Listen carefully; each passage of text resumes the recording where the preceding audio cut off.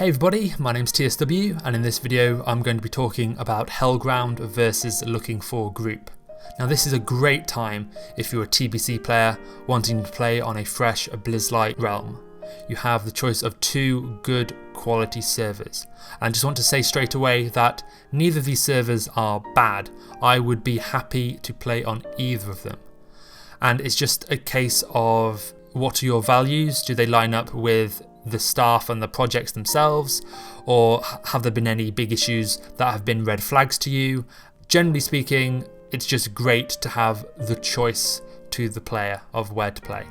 I'm speaking from my own personal experience, all thoughts are my own, and nobody has tried to influence me in my opinions or points that I'm putting forward for this video. Just to define the projects and the servers, Hellfire is a realm from the Looking4Group project with, at the time of writing, an unnamed new server set to launch on the 31st of March. Hellground is a realm from the Hellground project, which recently flushed their character database and relaunched on the 5th of March, but is currently offline and is set to continue operations around the 7th of April, about a week after Looking4Group's new server launch. My experience with both servers are Looking4Group full tier 4 progress in one of the top guilds, quitting about 2 weeks before tier 5 release. Hellground experience of all Kara bosses on their public testing server and up to Curator on their live server, and I've seen videos of others killing Netherspite and Gruul on the live server. And of course levelling on both servers with addition of a alt character being levelled on Looking4Group. So with these both claiming to be blizzlike servers, both being the same expansion, you can presume that there are going to be a fair few similarities. Now the only thing that the servers openly claim that isn't blizzlike are the levelling rates. Both of them have increased speeds, which are going to mean that 1 to 70 is going to take about the same amount of time. So the similarities. Pre-nerf content. Content shouldn't be easy. Tier 4 and Tier 5 available on release. Better than average scripting than most TBC servers. Both have experience in hosting and developing. Both have had large success in the past. Both have good scripts and both have good proven developers. So let's talk about the unique good points of Looking4Group specifically. Difficulty. Heroics are hard. Tier 4 was hard. Progress took significant investment. And while not great, L4G certainly seems to have better communication than Hellground. Looking4Group is also a non-profit open source project, which I know is important to a lot of you. Hellground, unique good points. 4K stable population, which is a big one for a lot of you. They have been working on their core and server for around 8 years, a considerable longer period of time than Looking4Group. They share mostly the same good points, but it's more so the downsides of each server that separates them apart. Looking4Group, the bad. People left original Hellfire almost as quickly as they joined. This is due to a few factors, but the biggest thing I think is that Hellfire launched when Nostalrius was dead, and a couple of months in, Elysium launched, drawing a lot of the original vanilla players back to a strong vanilla server. Server stability on launch. This is another reason for people to leave. The core didn't like having more than 2,000 people online. There was a memory leak issue, and the more people that were online, the faster the server would bleed memory until a crash.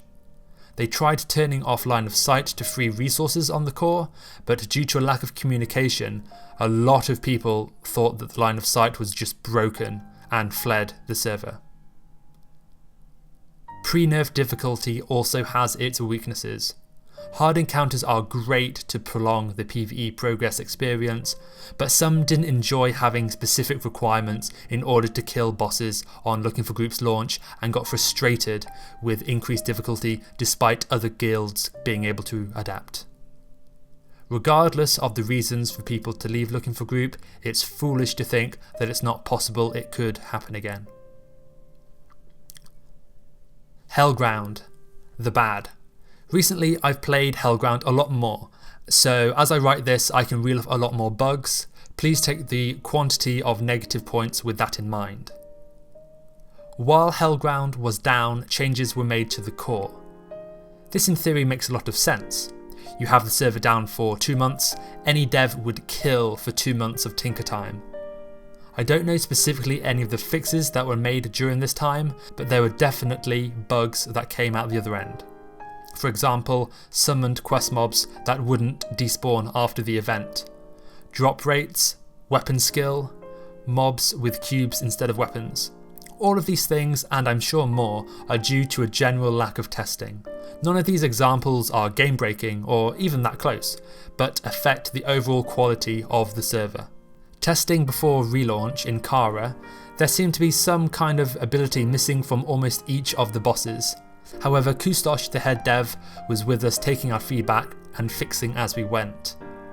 Now the elephant in the room, and almost certainly the cause for Looking4Group to open a new server. Hellground going down after just 2 weeks. I was impressed with the server launch of Hellground. Attacks on the servers were to be expected, and towards the end of the second week the attacks seemed to have been thwarted.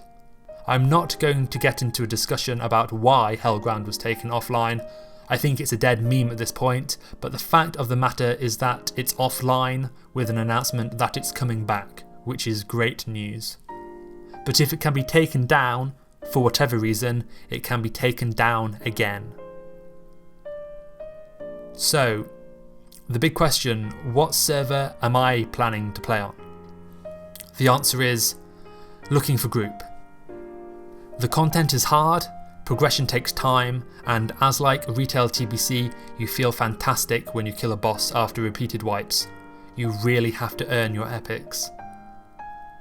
This is because the scripting and attention to detail, particularly with pre-nerf in mind, is better. They are an open source project. This is huge for private servers going forward, and I have a huge amount of respect for them doing this. In order to progress the private server community as a whole, open source projects are the way forward. Imagine if Trinity Core or Sea Mangoes weren't available to the public. The private server scene would certainly be worse off. Now imagine how much further forward we would be if more projects gave back. And the more recent concerns with wanting to play on Looking4Group. Looking4Group's most recent stress test peaked from what I witnessed at 414 players. This is a good indication of population. Now I'm not saying that there will be 414 players on launch, but I am saying that there definitely weren't a huge amount of players hyped to get on and test. So it all comes down to, what are your values? Have you already got a high level character on Hellground? Maybe you don't want to level again. Is twice the server cap on Hellground going to make it the new Nostalrius of TBC with a really high cap and just it being the go-to place where everybody seems to play? Is a higher player cap worth sacrificing overall server quality? Do you want to support the private server community scene by playing on an open source server? Is the Looking4Group population going to die? And how will it fare after Hellground relaunches? And finally, is Hellground going to be taken offline again? Thank you so much for watching the video. I hope you were able to take something away from it. My future analysis would be that Hellground certainly have the population behind them. It's their game to lose at this point. I was disappointed with the lack of players wanting to stress test on Looking4Group, and I think that Looking4Group are really going to have to work hard to draw as many players to their server as possible. But with that said, as soon as Hellground put a foot wrong, players won't have any problem with going to Looking4Group. It's a kind of, it's a bit similar to Nostalrius and Kronos. Everybody used to say that Kronos had better scripting, but Nostalrius were able to facilitate the players. So as time went on, Nostalrius grew and grew because they could, whereas Kronos had the quality, but they weren't able to facilitate the quantity. And I think that's going to happen in the TBC scene with Hellground and Looking4Group. It's just a case of, are there going to be enough serious contenders, serious guilds, serious players playing on Looking4Group to make it a viable option? Because certainly from the stress testing, it seemed a little bit lackluster. But with Looking4Group releasing 1 week earlier than Hellground, I think that people are going to play on Looking4Group on launch, and we'll certainly see if people prefer it once Hellground releases. It will certainly be interesting to see the population change once Hellground releases after Looking4Group. Will it completely kill Looking4Group? I don't think so. But I do think that a significant amount of people will leave. It's just a question of, will that significant amount of people kill any chance of Looking4Group succeeding in the future? I, for one, certainly hope not. Ideally, both of the servers would both function in parallel, with 2,000 players on Looking4Group and 4,000 players on Hellground, but I realise this is extremely unlikely to happen. I just hope when all is said and done that people are able to play on Looking4Group, because certainly that is where I would prefer to play. So thanks for watching once again, and I will see you guys later. Bye bye.